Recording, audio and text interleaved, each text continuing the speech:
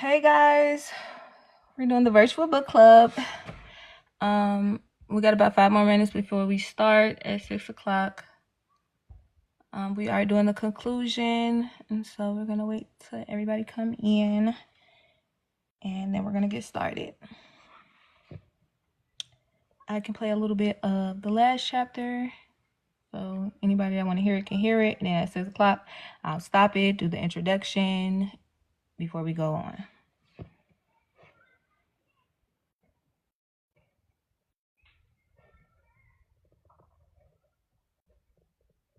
Family practices. Just as we are developing habits and practices and our kids are doing the same, consider folding in some daily, weekly, monthly, quarterly, and annual practices for the family. Work with a family that prays daily for the person seated to their left at the breakfast table. If their dad is traveling for work, he tries to FaceTime in to maintain this daily habit with his wife and children. I work with another family who check in at dinner each night with highs and lows from the day and feelings about the events that took place.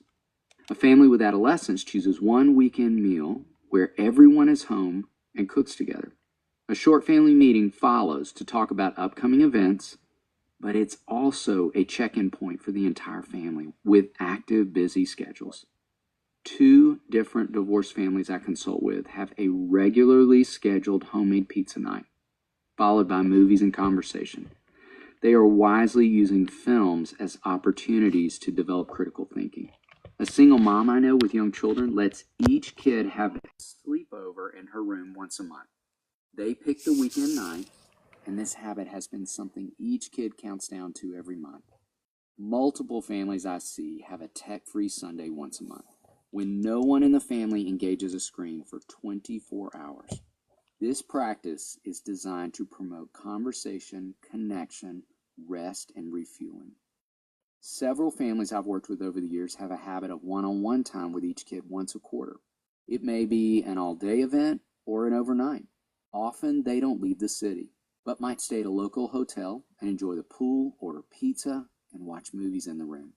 This habit allows the parents to have focused individual time, which can be hard to get with multiple kids. 4 families with toddlers join up once a quarter to deliver food to families in need. They box food together at a local food drive and then caravan together to homes in the city, allowing their kids to have early exposure to meeting needs within their own city. Many families I know plan an annual trip with extended family and create scavenger hunts with cousins.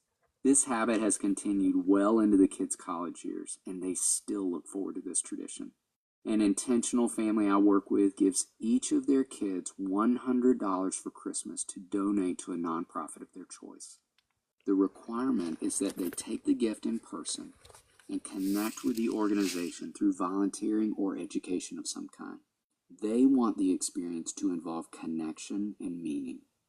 Another family participates in a local mission trip each year. They don't leave the city limits, but simply volunteer as a family in some capacity in hopes the practice reminds their kids of needs that exist all around them. As we've discussed throughout this book, kids learn more from observation than information. Boys are experiential learners, and they make their best connections by going through the motions. These habits and practices set the groundwork, not only for the physical, emotional, relational, and spiritual growth, but also for making meaningful connections and developing valuable life skills. Consider the different ideas throughout this chapter for building individual and family practices. Think uniquely about who your son is and where he most needs to grow. Think uniquely about the rhythms within your family. Where could you fold in new daily, weekly, monthly, quarterly, and annual practices? Possibly one of the ideas in this chapter, or perhaps a new idea based on your understanding of who he is and what he needs. Keep falling back on the wisdom of talking less about what you want for him and opening the door of opportunity for him to develop in that space experientially. Intentional practices. 1. Evaluate summer. Use summer as a framework for helping him develop skills around time management. brainstorming goals, planning downtime, goal setting, and forming habits and practices. 2, the Healthy Mind Platter. Download this valuable tool. Define the 7 nutrients and brainstorm concrete ideas for each. 3, frame the 4 categories. Help boys build a framework around physical, emotional, relational, and spiritual health. Identifying work, setting goals, and forming habits in these 4 areas will benefit him for life. 4, evaluate the 4 categories. Set a time in iCal to review the work, goals, and habits, much like a performance evaluation. Explain this practice as something he will likely do throughout his vocational life. 5, read Matthew chapter 7, verses 24 to 27. Talk about this parable and how the work, goals, and habits equation is connected to building on a solid foundation. Okay, guys, hi. This is the virtual book club. Today we're finishing up the book with a conclusion chapter called Moving Forward. If you guys want to come on and if you want to join the conversation, give advice, tell us how you feel about the book. If you have suggestions for our next book, let me know. And we're going to get started with the conclusion chapter.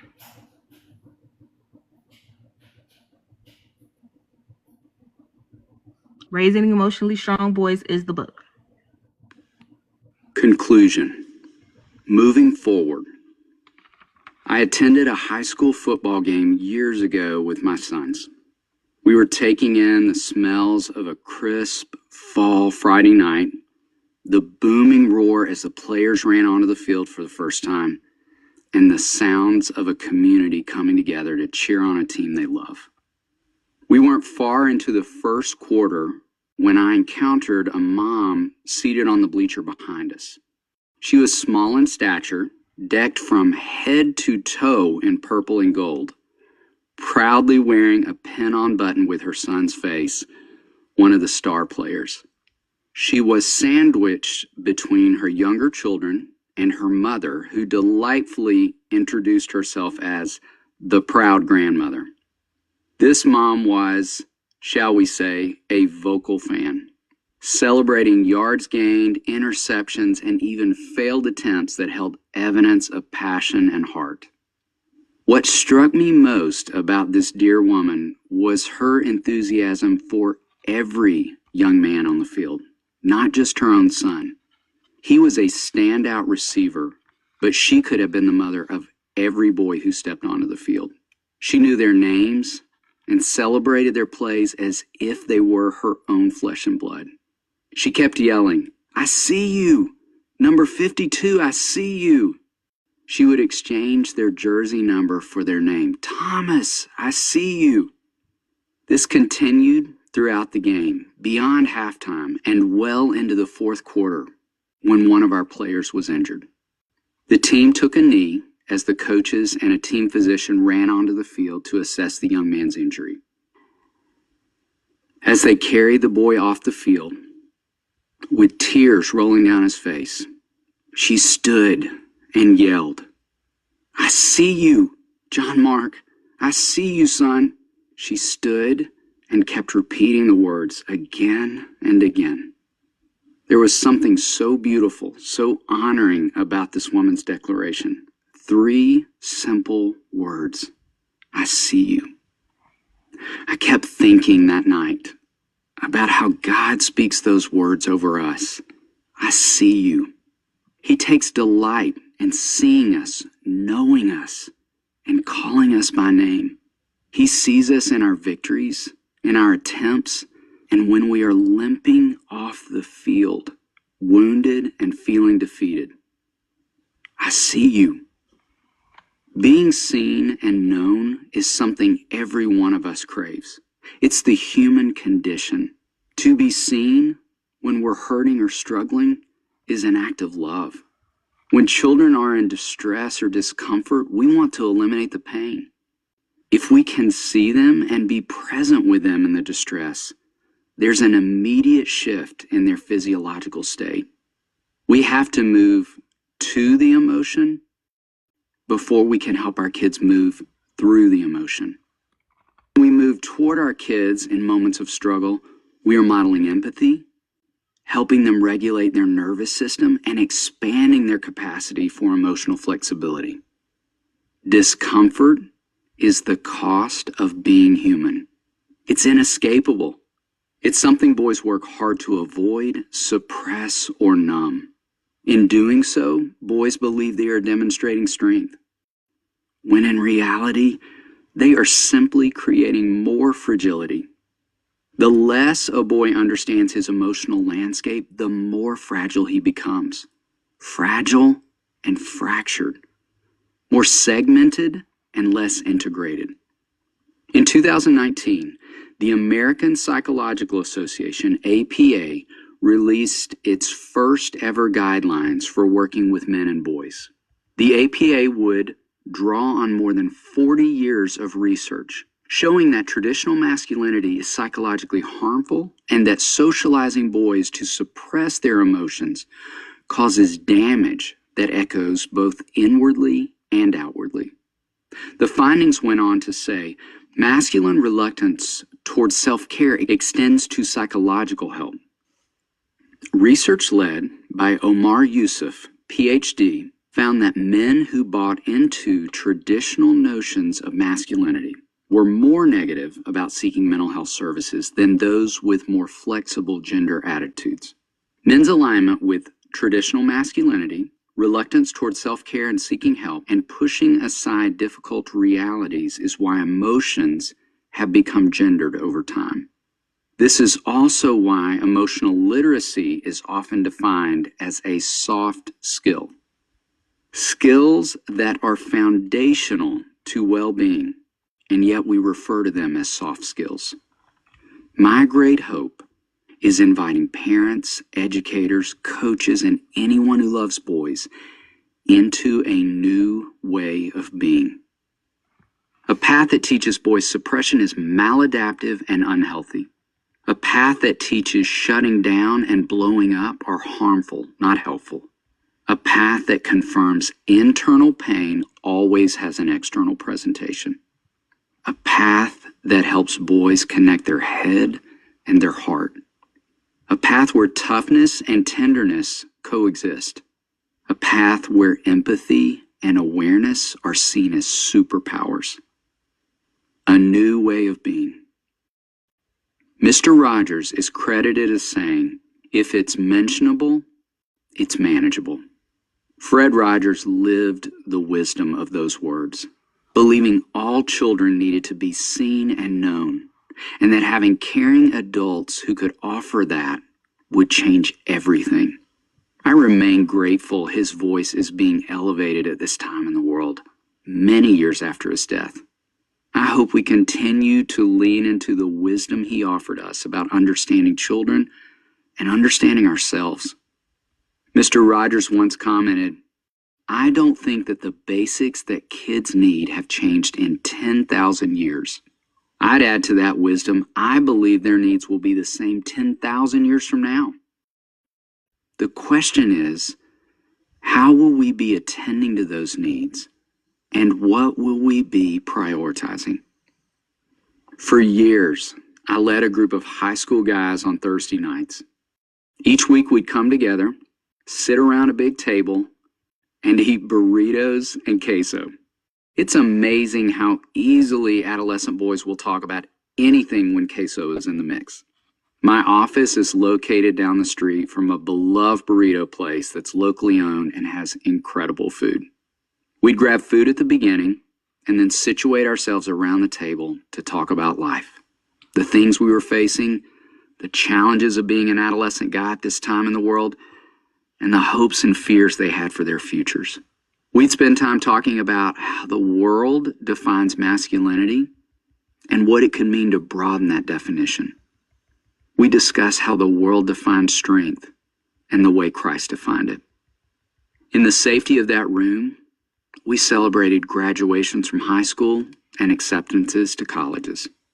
We'd applaud a guy who got his driver's license and one who was working through the fear of asking a girl to prom. We celebrated first jobs, starting positions on a team, leads in the school play, summer internships, and scholarships.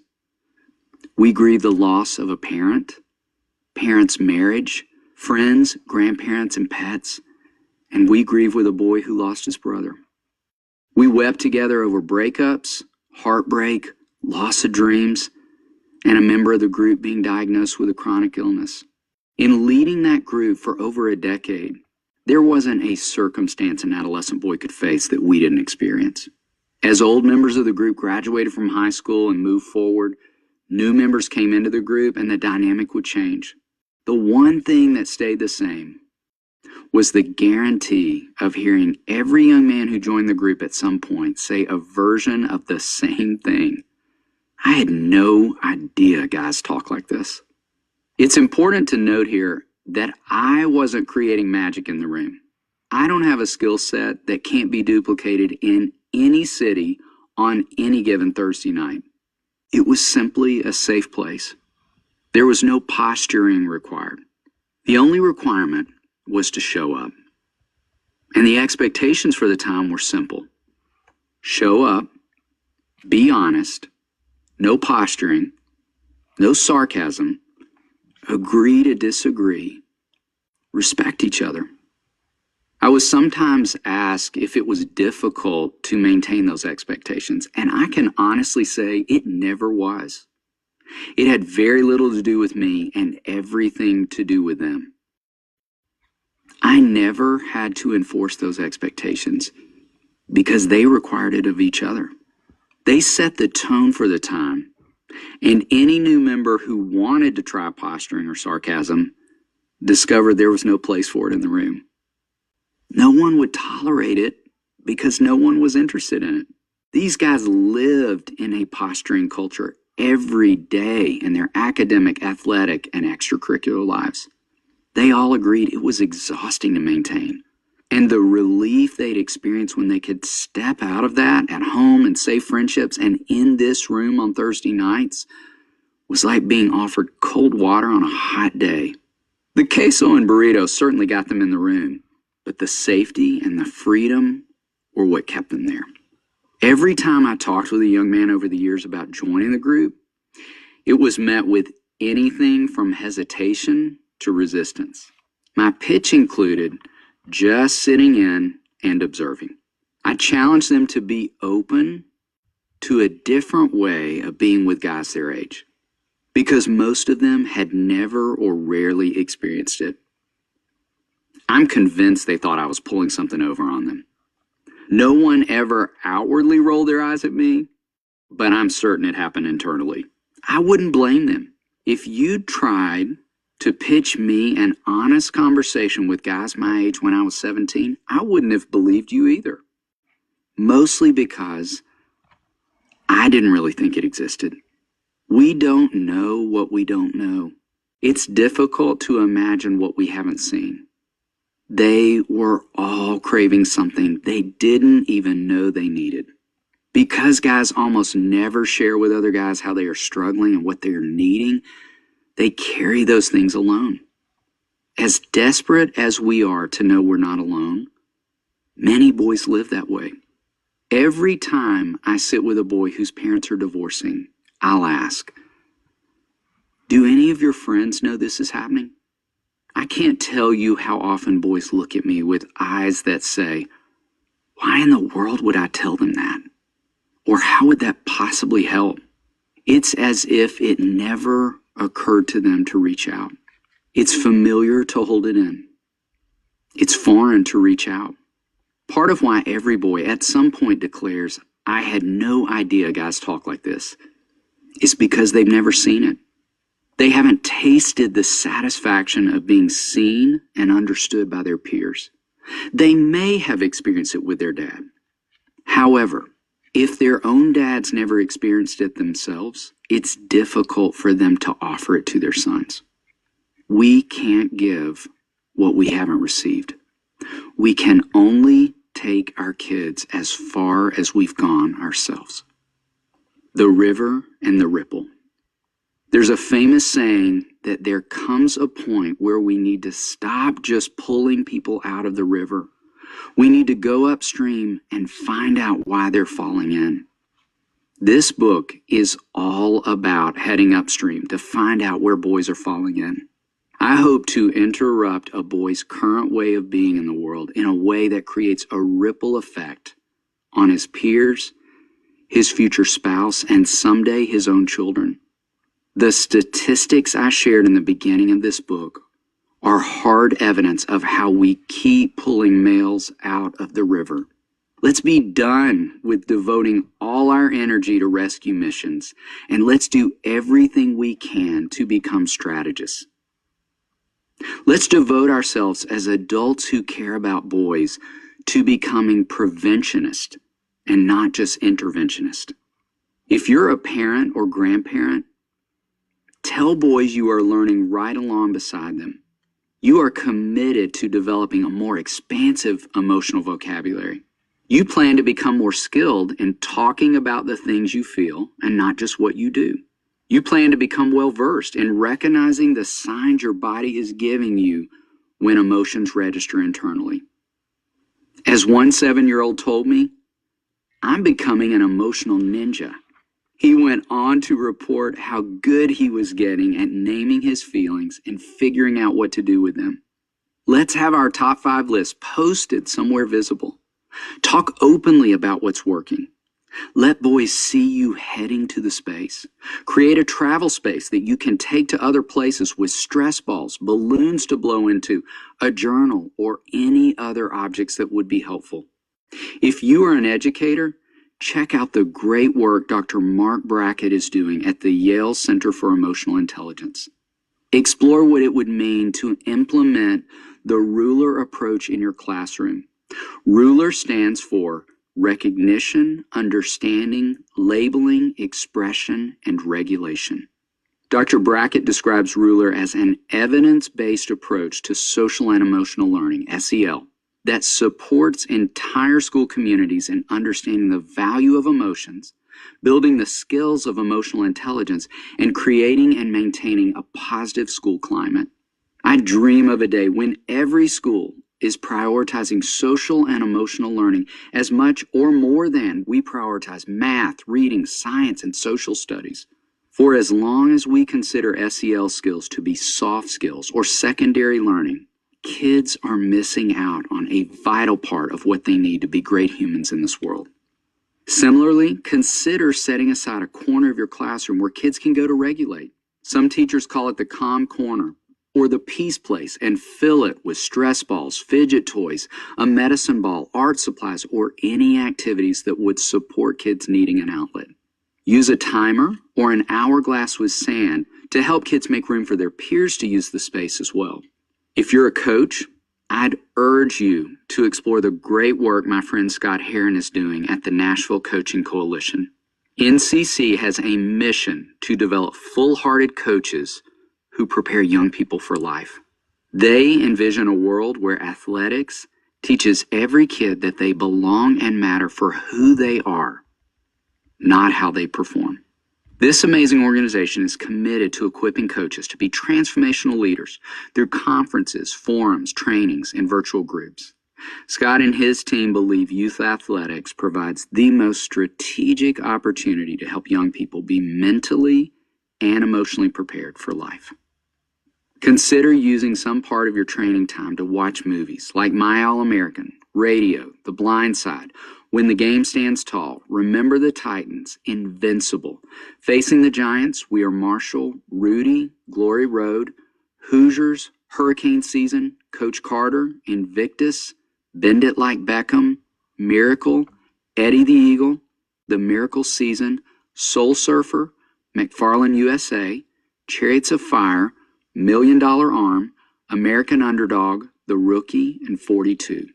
Use films like these as team-building experiences and opportunities to help players develop emotionally and teams build meaningful connections.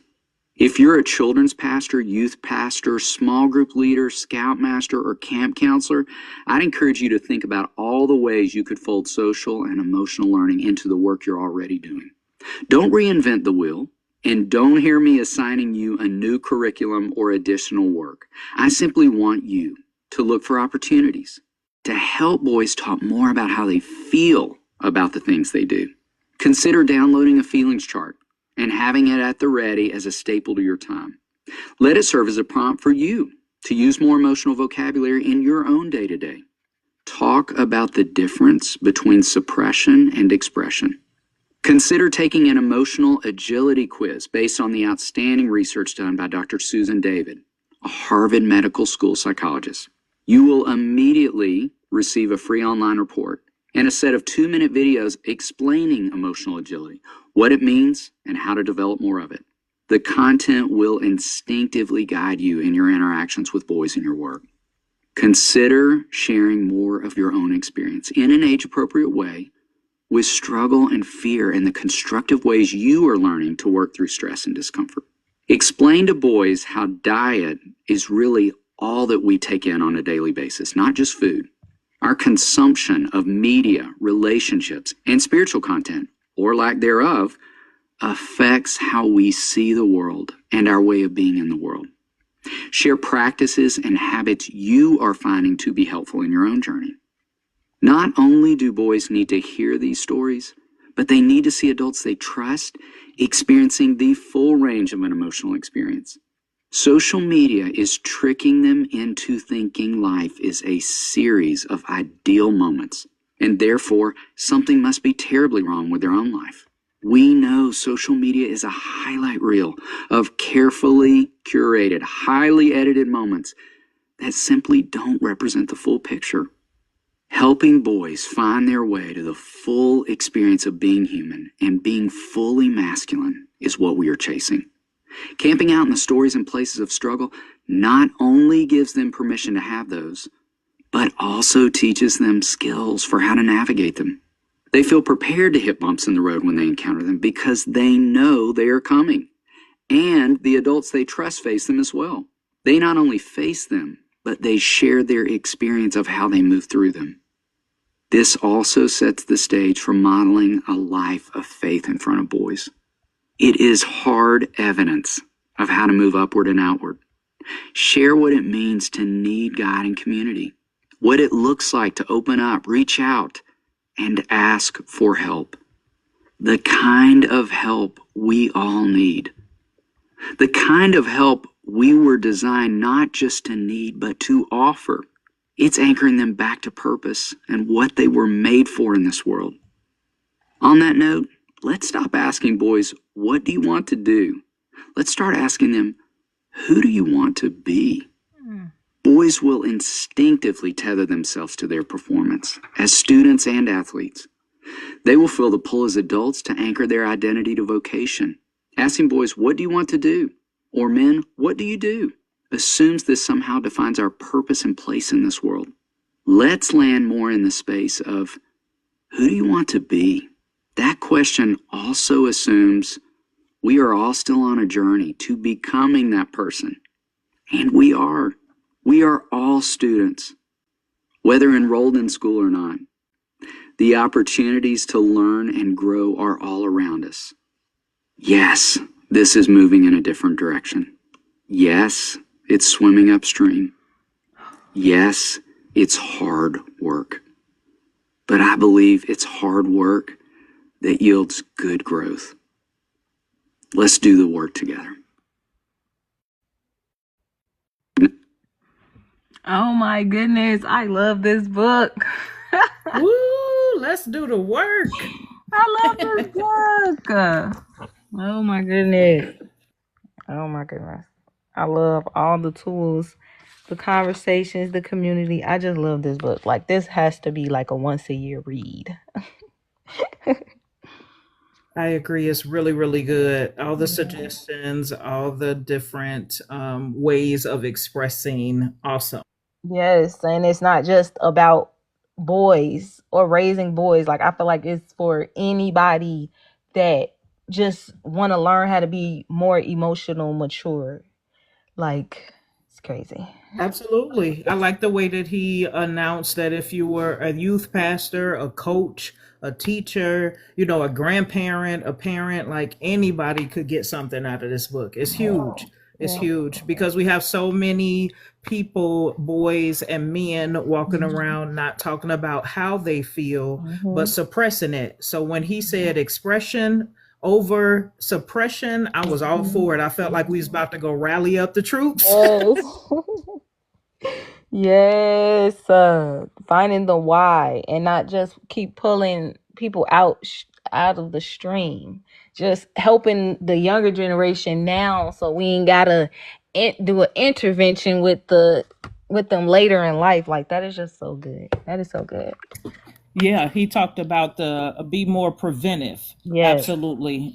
Because the later and longer you wait to have these, how do you feel, sit downs, the more stuff is able to build up. And we don't want that because that could lead and bleed into families, your job, friends, all of that. Yeah, this is huge. Yes. And when he said we can't give what we haven't received, and I think that ties into him saying that we're always learning, we're always we're all students, and it's a journey that we taking with the children, with ourselves. Like that is the truth. Like we never gonna stop learning. It's always learn to be better, to grow, to do something different. That's just Yeah, and learning keeps you excited and not closed-minded. It keeps you open to the possibilities that there's more out there to learn. I love that he said, talk to the boys, tell them that while you're learning, I'm learning too. I'm learning new words, I'm learning these different emotions, what they mean, how to work through them. He said, camp in it. Sometimes we shorten the conversation on feelings as if we're not supposed to talk about them when every human being has them. These are very good things to discuss openly, yes, out loud, not privately. It's not wrong to have feelings. We know you got them. What you doing with them? right, right. Making sure you get them out. Make sure you're moving healthy with your emotions, with your feelings. Correct, because one of the beliefs is that we know that it's moving through us. What are we actually doing with it? So when you said healthy, I build upon that. We know you got them, so don't suppress them. Let them out in a healthy way. Emotional ninja, being happy about what you're learning, and so you can go and teach the next person, or just live by example. That's really good. Openly talking about what's working for you. Yes, Your emotional it's journey. Yeah, that seems like it's been a theme throughout the whole book, honestly, that we boys and we need examples of the healthiness. Sometimes we just don't have it. So to get around a group, or I love when mentors take a group of people and they Yes, just walk through. And I think he talked about that a little bit, about the fact that, just having a group and celebrating within each other, the highs and the lows, yes, yeah, that was awesome. yes. So good job. Good pick. Building a community is so big. Um, yes, yes. It was really good. I wish I could put up one of those fake claps. I would be clapping Yeah. right now. Let me see if I can do the sound. Oh, and something that they always say of like when you talking to somebody or and doing it over food, something about food. Oh, yes. Yes, because I know, right? Because food seems to open up, it's a good base for conversation and to gather people. So Yeah, I can see that being huge. Getting some food and kind of having a sit down and letting it flow. Like having that open conversation so that everybody's comfortable knowing, and specifically our boys, that it is okay to feel. him talking about and how bad traditional masculinity is. And just getting away from that. Is Yeah, that causes absolutely. people to suppress their emotions, to not feel their emotions, Yeah. to not deal with them, thinking they got to be tough and strong and put on the front. when internally we're not doing good. So I like that. I like this book so Yeah, much. seriously, and statistics show that a lot of people, not until their adulthood, even men per se, don't even get in tune with the fact that they've been carrying a lot of hurt, disappointment, and all of that. Don't even realize they're bleeding. They have bled, so to speak, on everything that they've touched because they've not healed that part of them. So if we can catch a young man and have him, more in tune with what's happening within him and where to put it in a healthy way, man, generations behind that young man or friends of that young man, it's huge. Yes. It could change the pace. So yes. Helping the path and directing the path so they go down a good path and have emotional maturity. That is yeah. It covers a lot. So I appreciate this. Was a really, really good book. I'm glad that you were able to put this on and put this together, and I can't wait for our next. Yeah. Again, this was Raising Emotionally Strong Boys. If you guys want to go look and read it, they have it on the library app. They have it TikTok shop, Amazon. I think it's a good read.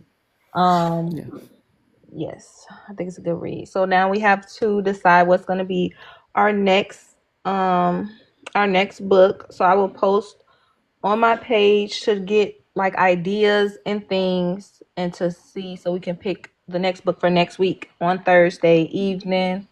You can look at my page for updates on that, on timing and different things of that nature. Thank you for joining us. Yay, thank you. Fun. We'll be back. Yay. Have a great night. Thank you. I love it.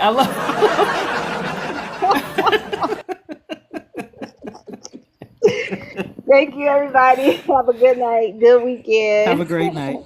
Bye-bye. Bye-bye.